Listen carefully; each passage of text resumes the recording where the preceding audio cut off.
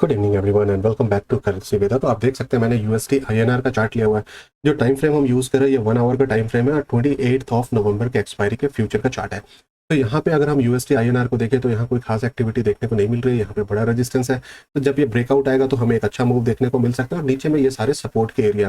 तो USD INR में plan बिल्कुल सिंपल है, हम यहाँ का कॉल शॉर्ट कर देंगे और नीचे में हम इधर का पुट शॉर्ट करके हम आराम से बैठेंगे। डे एंड पे हमें जो भी इंट्राडे के अंदर गेन मिले वो गेन लेके हम मार्केट से एग्जिट हो जाएंगे। तो यूएसडी आईएनआर में कोई भी डायरेक्शनल व्यू नहीं है फॉर द टाइम भी। काफ़ी बड़े रेंज में ट्रेड कर रहा है और काफ़ी टाइम से ये ट्रेड कर रहा है। तो लगभग ये 20-22 सितंबर से इस रेंज के अंदर फंसा हुआ है। तो इसको डिसाइड कर दीजिए कि ये किधर जाना चाहता है। Let it decide. अगर ऊपर को ब्रेकआउट देता है तो हम लॉन्ग के साइड का ट्रेड लेंगे, नीचे को ब्रेकडाउन देता है तो हम शॉर्ट के साइड का ट्रेड लेंगे। जो बेस्ट ट्रेड मिलेगा यूरो में, हमने कल डिस्कस किया था कि यूरो भी यहाँ पे एक रेंज के अंदर ट्रेड कर रहा है और इस रेंज का ब्रेकआउट होगा या ब्रेकडाउन होगा हमें एक बहुत ही अच्छा फॉलो थ्रू मूव देखने को मिल सकता है। ये मैंने कल के वीडियो में एक्सप्लेन किया था कि अगर इसके ऊपर ब्रेकआउट आता है तो हम सेम टारगेट ऊपर में प्रोजेक्ट कर लेंगे, ये हमारा टारगेट होगा। इनकेस अगर ब्रेकडाउन होता है तो ये टारगेट हम प्रोजेक्ट कर लेंगे नीचे में, ये हमारा टारगेट होगा। बट ब्रेकडाउन के चांसेस बिल्कुल कम थे। रीजन बिंग क्योंकि ये हायर एंड पे बंद हुआ था। अगर नीचे आता तो ये सपोर्ट का काम करता, तो ये एक दिन और यहाँ रेंज में हमें फंसता हुआ दिख सकता था। बट बहुत ही अच्छा ब्रेकआउट देखने को मिला और एक डिसेंट सा प्रॉफिट आपको यहाँ इंट्राडे में मिला होगा। लगभग 50-60 पैसे का प्रॉफिट बहुत मैसिव अमाउंट होता है करेंसी मार्केट के अंदर। बट अगर हम यहाँ एलियट वेव का काउंट करें तो आपको देखने को मिलेगा कि ये 1, ये 2, ये वेव थर्ड का फॉर्मेशन हुआ। यहाँ आपको 5 मूव देखने को मिलेगा, 1 2 3 4 5। और देन आफ्टर यहाँ पे ये आपको ट्रायंगुलर पैटर्न देखने को मिलेगा। मैंने इसको वेव फोर्थ इसलिए काउंट किया।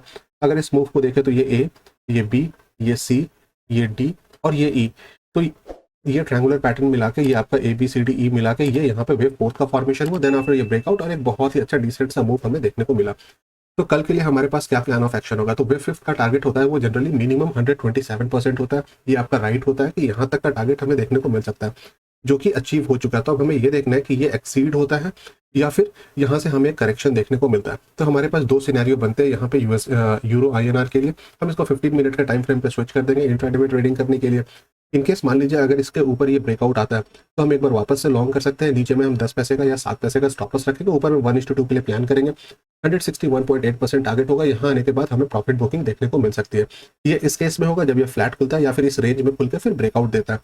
बट हम सेलिंग के लिए इसको तब प्लान करेंगे जब ये यहाँ से नीचे आता है, क्योंकि अगर ये 5 वेव का मूव कंप्लीट हो चुका है इट मीन्स कि 1 घंटे के चार्ट पे हमें फिर एक करेक्शन देखने को मिलेगा। तो वो करेक्शन का पैटर्न कैसा होगा? तो वो जो करेक्शन का पैटर्न होगा वो आपको ए, बी और सी इस टाइप का करेक्शन पैटर्न देखने को मिलेगा, जो कि माइट भी यहाँ तक आ जाए या फिर वो फिर हम प्रोजेक्ट करेंगे।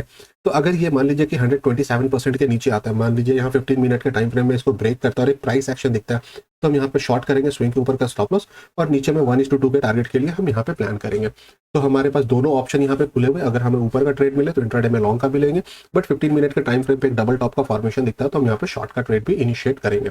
अगर हम बात करें जीबीपी की, तो जीबीपी में भी हमने सेम डिस्कस किया था कि यहाँ पे भी हमें एक अच्छा मोमेंटम देखने को मिल सकता है, बट उतना बड़ा मोमेंटम देखने को नहीं मिला। अगर हम जीबीपी में देखें तो आपको देखने को मिलेगा ये वेव ए का फॉर्मेशन हुआ, ये वेव बी का फॉर्मेशन हुआ, जो कि आपको 3 मूव में दिखेगा, ये ए, बी और सी। तो यहाँ पे वेव बी का फॉर्मेशन हुआ जो कि 111% के आसपास में यह फॉर्मेशन हो रहा है स्ट्रॉन्ग बी का। और यहाँ से वेव सी का जो प्रोजेक्शन हमने किया था लास्ट वीडियो में, तो जो टारगेट है वो लेंथ ऑफ वेव ए का जो लेंथ है उतना लेंथ हमें वेव सी का देखने को मिल सकता है। तो यहाँ पे हमें देखना पड़ेगा कि क्या पैटर्न यहाँ पे हमें बनता हुआ दिख रहा है। तो हम इसे 1 2 3 4 5 ये भी कंसिडर कर सकते हैं छोटे टाइम फ्रेम में। बट ये बड़े टाइम फ्रेम पे यहाँ पे आपको सी के अंदर 5 मूव देखने को मिलेगा।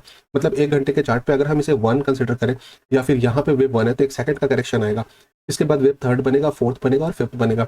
तो अगर इसका ये स्विंग ब्रेकआउट होता तो एक बार हम लॉन्ग कर सकते हैं। नीचे में हम 10 से 15 पैसे का स्टॉप लॉस रखेंगे, ऊपर में 1:2 के लिए प्लान करेंगे। या फिर दूसरा सिनेरियो ये बनता है कि अगर मान लीजिए यहाँ से हमें फॉल देखने को मिलता है, अगर हम छोटे टाइम फ्रेम पे देखें तो आपको दिखेगा ये A1, ये 2, ये वेव 3 बना, ये वेव 4 बना और ये वेव 5 बना। तो मतलब ये तीनों मिला के ये वेव 1 का फॉर्मेशन हो चुका है। तो यहाँ पे वेव 2 का जो फॉर्मेशन होगा वो ए बी सी के पैटर्न में आएगा।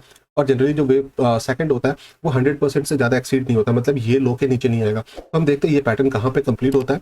इनके सेलिंग के लिए आता है तो फिर यहाँ पे हमें 15 मिनट के टाइम फ्रेम पे डबल बॉटम का फॉर्मेशन दिखेगा, तो हम यहाँ पे लॉन्ग करेंगे, स्विंग के नीचे का स्टॉप लॉस रखेंगे और ऊपर में 1:2 के लिए हम प्लान करेंगे। या फिर हम पोजिशनली भी इस ट्रेड को कैरी कर सकते हैं, हमें एक अच्छा मोमेंटम यहाँ पे देखने को मिल सकता है। सो आई होप जो प्लान है बिल्कुल क्लियर है कि हमें कल करेंसी मार्केट के अंदर क्या करना है। तो हमने यूएसडी, यूरो और जीबीपी तीनों को यहाँ पे डिस्कस किया। Thanks for watching, keep learning and keep earning.